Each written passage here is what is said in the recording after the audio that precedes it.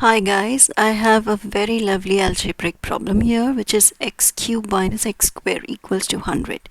And now what we're going to do is just take out x squared common from both. So you're left with x, and from here minus 1 equals to 100. And now this 100 can be written as 25 times 4. So we're just going to write that x squared times x minus 1 is equal to 25 times 4. Now let's compare and equate them, x squared with 25 and x minus 1 with 4.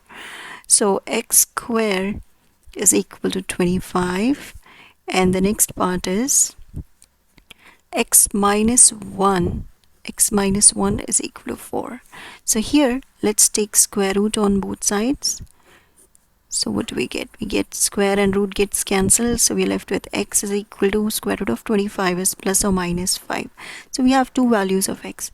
x1 is equal to plus 5 and x2 is equal to negative 5. And here this side we have x is equal to plus 5. So this x is equal to 5 and this x1 is equal to 5 is one and the same. They're both positive 5s. Let's check if they're right or not. So to check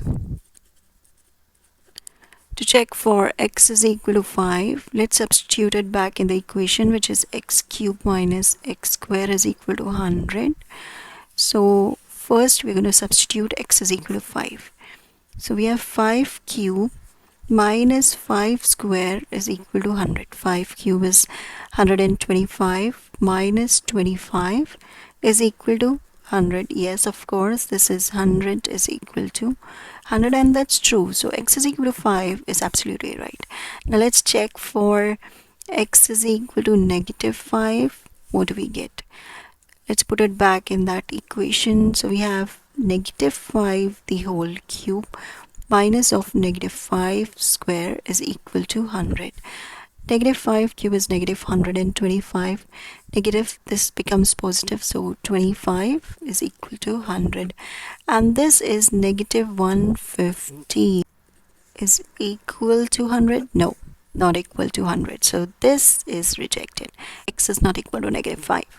So here we have the solution, which is x is equal to 5. Also, I would like to know what are the other two complex roots. If you can find it, write it in the comment box. Thank you so much. Bye bye. Take care.